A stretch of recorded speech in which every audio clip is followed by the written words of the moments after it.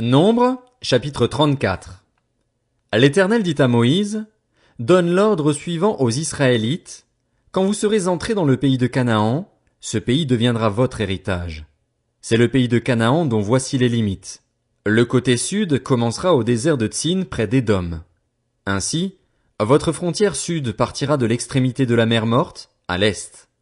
Elle tournera au sud de la montée d'Akrabim, passera par Tsin et s'étendra jusqu'au sud de Kades Barnéa. Elle continuera par Hatsaradar et passera vers Hatzmon. Depuis Hatzmon, elle tournera jusqu'au torrent d'Égypte pour aboutir à la mer. Votre frontière ouest sera la mer Méditerranée, ce sera votre frontière à l'ouest. Voici quelle sera votre frontière nord, à partir de la Méditerranée, vous la tracerez jusqu'au mont Hor.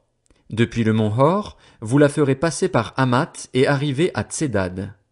Elle continuera par Ziphron pour aboutir à Hatsarenan, ce sera votre frontière au nord. Vous tracerez votre frontière est de Hatsarenan à Shepham. Elle descendra de Shepham vers Ribla, à l'est d'Aïn. Elle descendra et s'étendra le long du lac de Génézaret, à l'est. Elle descendra encore vers le Jourdain pour aboutir à la mer Morte. Tel sera votre pays avec ses frontières tout autour. Moïse transmit cet ordre aux Israélites en ajoutant, voilà le pays que vous partagerez par tirage au sort et que l'Éternel a décidé de donner aux 9 tribus et demie. En effet, la tribu des Rubénites et celle des Gadites ont reçu leur héritage en fonction de leur famille. La demi-tribu de Manassé a aussi reçu son héritage. Ces 2 tribus et demie ont reçu leur héritage de ce côté-ci du Jourdain, vis-à-vis de Jéricho, du côté est.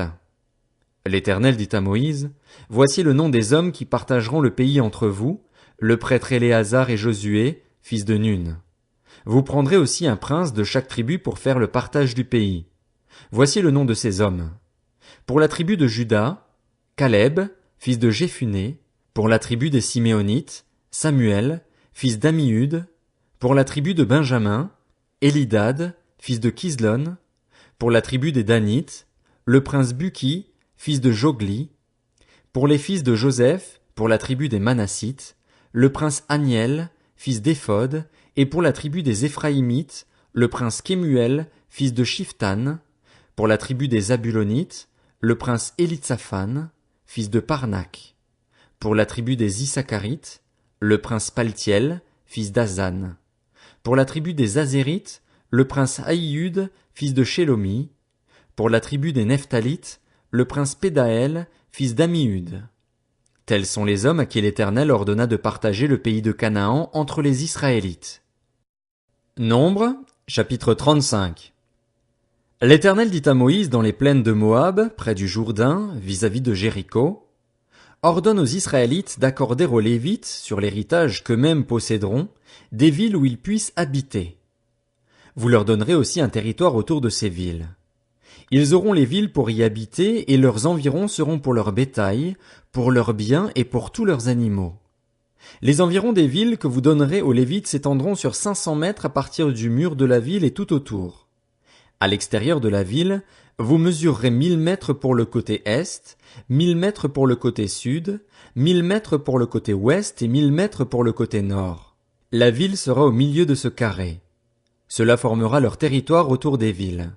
Parmi les villes que vous donnerez aux Lévites, il y aura 6 villes de refuge, où l'auteur d'un homicide pourra s'enfuir, et 42 autres villes. Total des villes que vous donnerez aux Lévites, 48 villes avec leurs environs. Les villes que vous donnerez étant prises sur les propriétés des Israélites, ceux qui en ont le plus en donneront plus, et ceux qui en ont moins en donneront moins. Chacun donnera une partie de ces villes aux Lévites proportionnellement à l'héritage qu'il possédera. L'Éternel dit à Moïse, transmets ces instructions aux Israélites. Lorsque vous aurez passé le Jourdain et que vous serez entrés dans le pays de Canaan, vous vous établirez des villes qui vous servent de villes de refuge. L'auteur d'un homicide, celui qui aura tué quelqu'un involontairement, pourra s'y enfuir. Ces villes vous serviront de refuge contre le vengeur du sang, afin que l'auteur de l'homicide ne soit pas mis à mort avant d'avoir comparu devant l'assemblée pour être jugé. Parmi les villes que vous donnerez, 6 vous serviront de villes de refuge. Vous donnerez 3 villes de l'autre côté du Jourdain et 3 dans le pays de Canaan. Ce seront des villes de refuge. Ces 6 villes serviront de refuge aux Israélites, à l'étranger et à l'immigré qui se trouve parmi vous. Là pourra s'enfuir tout homme qui aura tué quelqu'un involontairement. Si un homme frappe son prochain avec un instrument de fer et que mort s'ensuive, c'est un meurtrier. Le meurtrier sera puni de mort. S'il le frappe en tenant à la main une pierre qui puisse provoquer la mort et que mort s'ensuive, c'est un meurtrier. Le meurtrier sera puni de mort. S'il le frappe en tenant à la main un instrument de bois qui puisse provoquer la mort et que mort s'ensuive, c'est un meurtrier. Le meurtrier sera puni de mort. Le vengeur du sang fera mourir le meurtrier. Quand il le rencontrera, il le tuera. Si un homme pousse son prochain par haine envers lui ou jette quelque chose sur lui avec préméditation et que mort s'ensuive, ou bien s'il le frappe de la main par hostilité envers lui et que mort s'ensuive, celui qui a frappé sera puni de mort, c'est un meurtrier. Le vengeur du sang tuera le meurtrier quand il le rencontrera. Mais supposons qu'un homme pousse son prochain par accident et non par hostilité envers lui, ou bien qu'il jette quelque chose sur lui sans préméditation, ou encore qu'il fasse tomber sur lui sans le voir une pierre qui puisse provoquer la mort, et que mort s'ensuive, alors qu'il n'éprouvait pas de haine contre l'autre et ne cherchait pas à lui faire du mal. Voici les règles d'après lesquelles l'assemblée jugera entre celui qui a tué et le vengeur du sang. L'assemblée délivrera l'auteur de l'homicide de la main du vengeur du sang et le fera retourner dans la ville de refuge où il s'était enfui. Il y restera jusqu'à la mort du grand prêtre qu'on a consacré par onction avec l'huile sainte.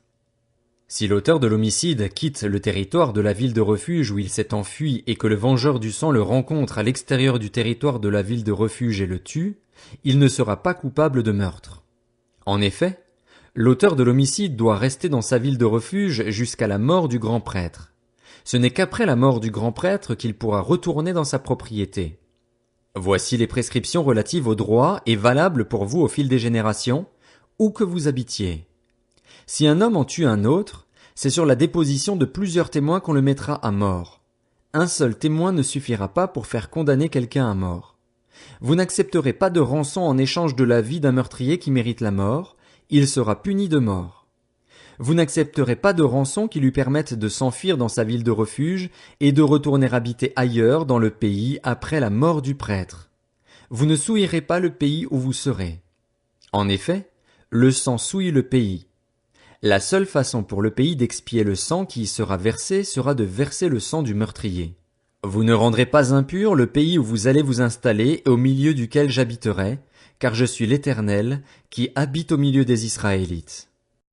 Nombre, chapitre 36. Les chefs de famille des clans issus de Galaad, fils de Makir et petit-fils de Manassé, qui faisaient partie des clans des descendants de Joseph, s'approchèrent et parlèrent devant Moïse et devant les princes, les chefs de famille des Israélites. Ils dirent, l'Éternel t'a ordonné, Seigneur, de donner par tirage au sort le pays en héritage aux Israélites. Seigneur, tu as aussi reçu de l'Éternel l'ordre de donner l'héritage de Tselophshad, notre frère, à ses filles. Cependant, si elles se marient à un membre d'une autre tribu des Israélites, leur héritage sera retiré de l'héritage de nos ancêtres et ajouté à celui de la tribu à laquelle elles appartiendront. Ainsi l'héritage qui nous est attribué par tirage au sort sera diminué. Et quand viendra le moment du jubilé pour les Israélites, leur héritage sera ajouté à celui de la tribu à laquelle elles appartiendront, et il sera retiré de celui de la tribu de nos ancêtres. Sur l'ordre de l'Éternel, Moïse transmit aux Israélites les instructions suivantes. La tribu des descendants de Joseph a raison. Voici ce que l'Éternel ordonne au sujet des filles de Tselophshad. Elles pourront se marier à qui elles voudront, pourvu que ce soit dans un clan de la tribu de leur père. Aucun héritage parmi les Israélites ne passera d'une tribu à une autre. Au contraire, les Israélites s'attacheront chacun à l'héritage de la tribu de ses ancêtres. Et toute fille qui posséderait un héritage dans les tribus des Israélites se mariera à un membre d'un clan de la tribu de son père, afin que les Israélites possèdent chacun l'héritage de leurs ancêtres. Aucun héritage ne passera d'une tribu à une autre. Les tribus des Israélites s'attacheront chacune à son héritage. Les filles de Tselophshad se conformèrent à l'ordre que l'Éternel avait donné à Moïse. Machla, Tirsta, Hogla, Milka et Noa, filles de Tselophshad, épousèrent les fils de leurs oncles. Elles se marièrent dans les clans des descendants de Manassé, fils de Joseph, et leur héritage resta dans la tribu à laquelle appartenait le clan de leur père. Tels sont les commandements et les règles que l'Éternel donna aux Israélites par l'intermédiaire de Moïse dans les plaines de Moab, près du Jourdain, vis-à-vis de Jéricho.